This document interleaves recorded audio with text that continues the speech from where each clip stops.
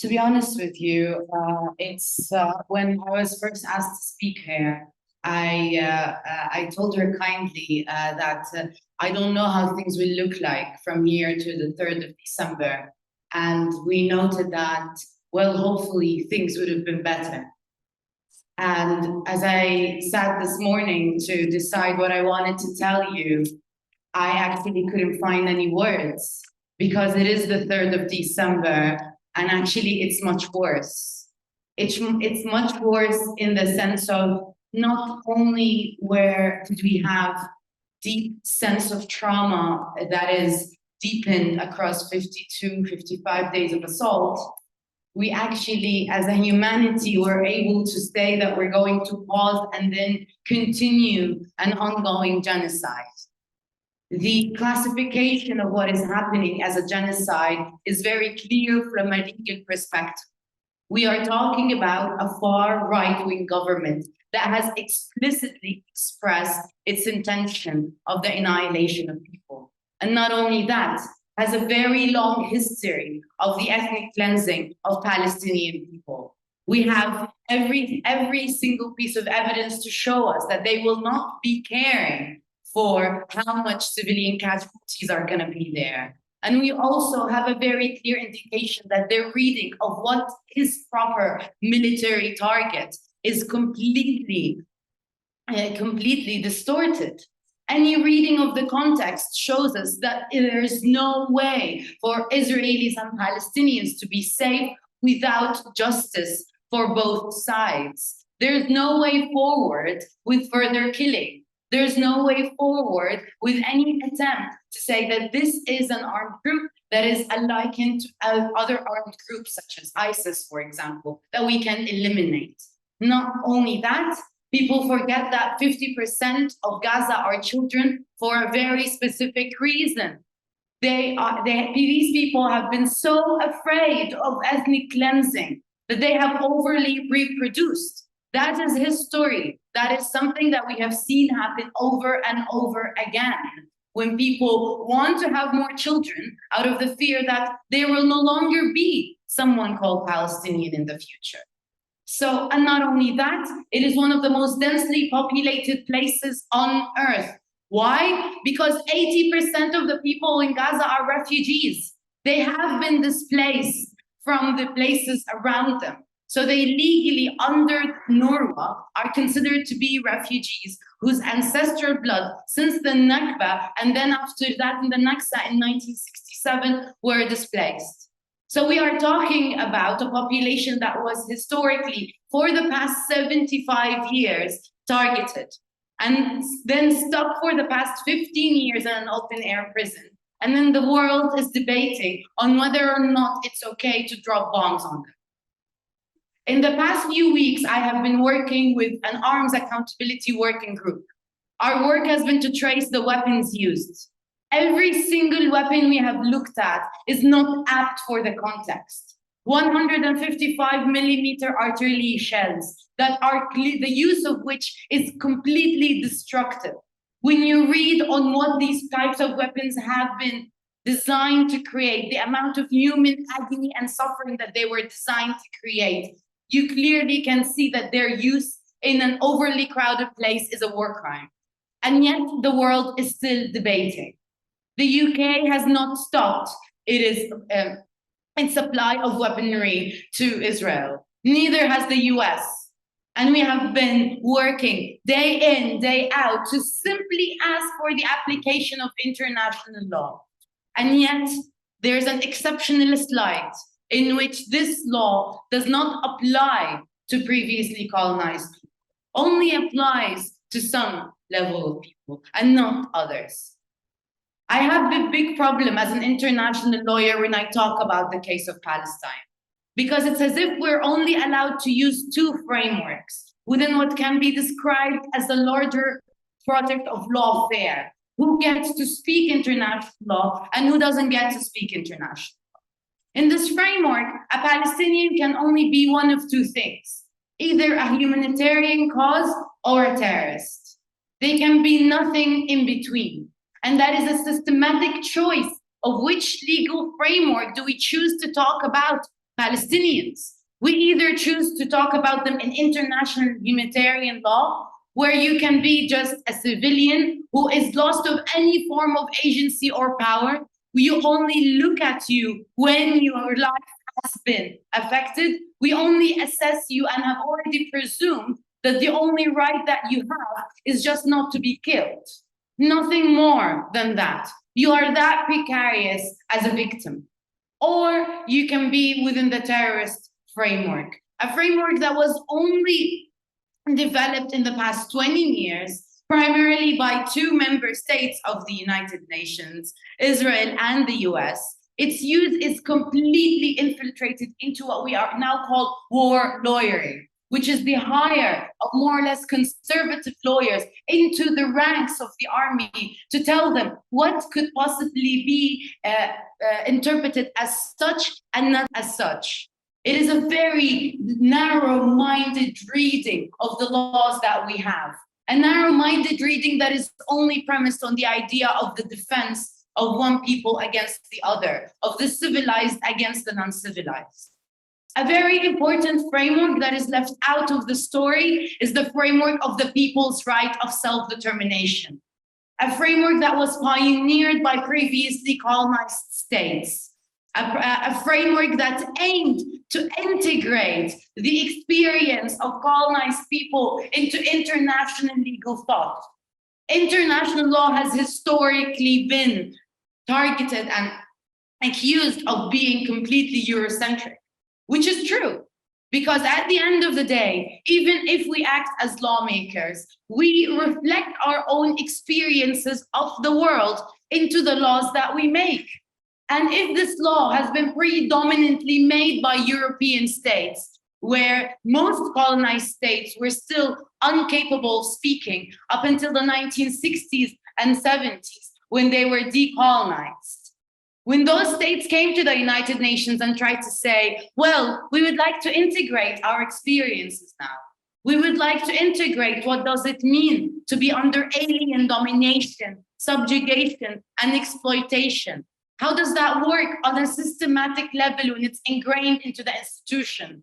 How racialized reading of the society can be normalized? We try to say that this needs to be integrated. A new international legal system where concepts like the people's right of self-determination, the people's sovereignty over natural resources, and the people's right to struggle would be integrated at the core of our reading. An honest reading that sees that actually we as humanity have failed. We have normalized a history where some lives are worth more than others.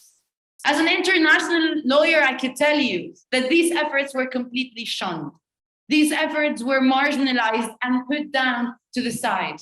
When people came to talk about these rights in a very poetic sense, when the Charter of Algiers came to describe the experience of the Algerian people with a systematic attempt by the French colonizers to annex the whole of Algeria into their land, that charter just became a niche piece of international law that you would only read if you are someone who's interested in the history of colonized states. No mainstream international legal class in the UK would be teaching about that.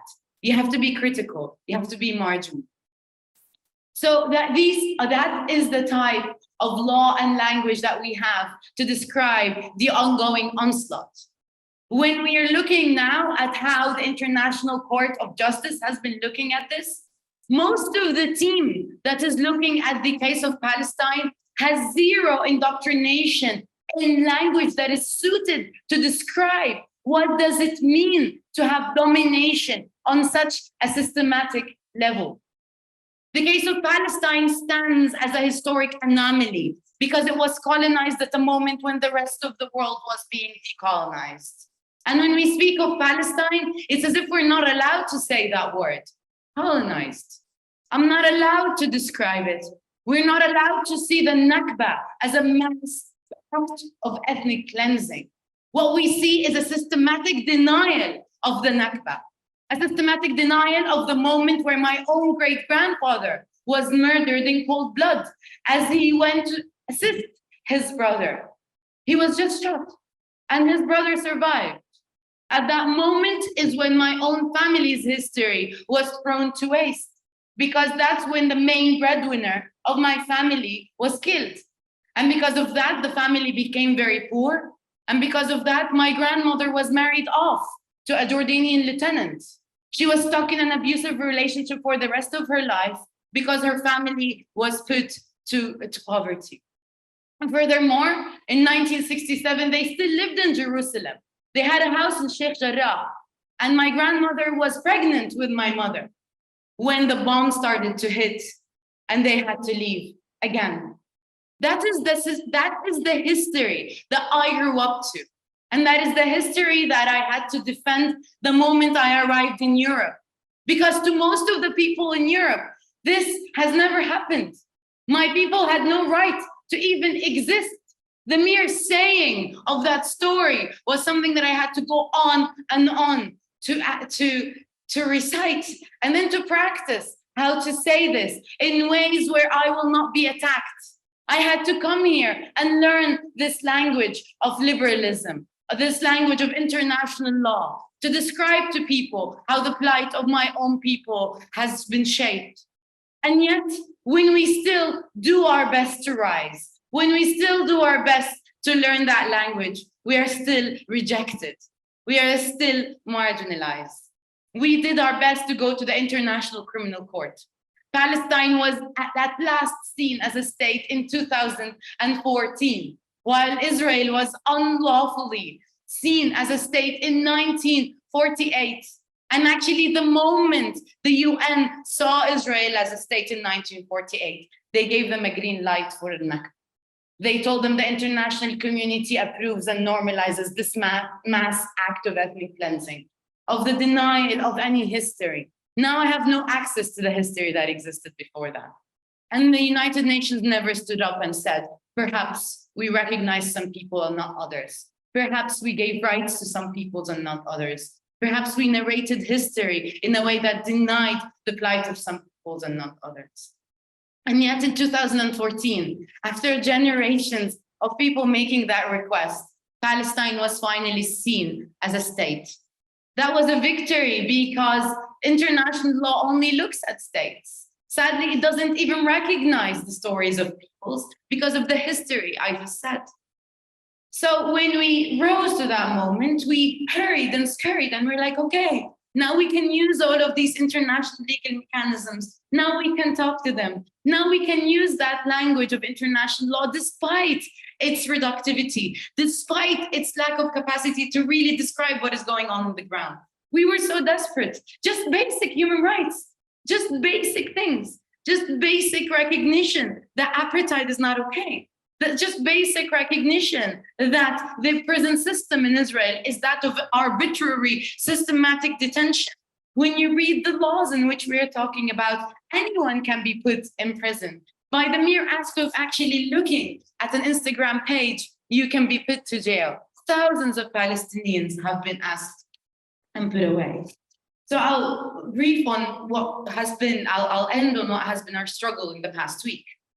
We've been trying to talk to the International Criminal Court, saying that us, like everyone else, have the right to accountability, have the right of reparations. And yet, Karim Khan, the prosecutor of the International Criminal Court, has a team that is completely made of almost exclusively American. For the past few years, they have only allocated $1 million per year to investigate one of the biggest flights in history. And now Karim Khan hasn't only refused to recognize that there is a risk of genocide, despite the fact that we have the cases of Myanmar, we have the case of Bosnia, we have all of these historic cases, we have the world's leading scholars telling him that the clear risk of genocide is there. He went to Israel last week, took a picture in East Jerusalem and called it Israel. Meanwhile, East Jerusalem is illegally annexed territory. Annexation is one of the gravest violations of international law. And yet the man in charge of leading on that case in the highest institution in the world was even so blind to have not even seen something as simple as that. He refused to partake in genuine discussions with civil society organizations in Palestine.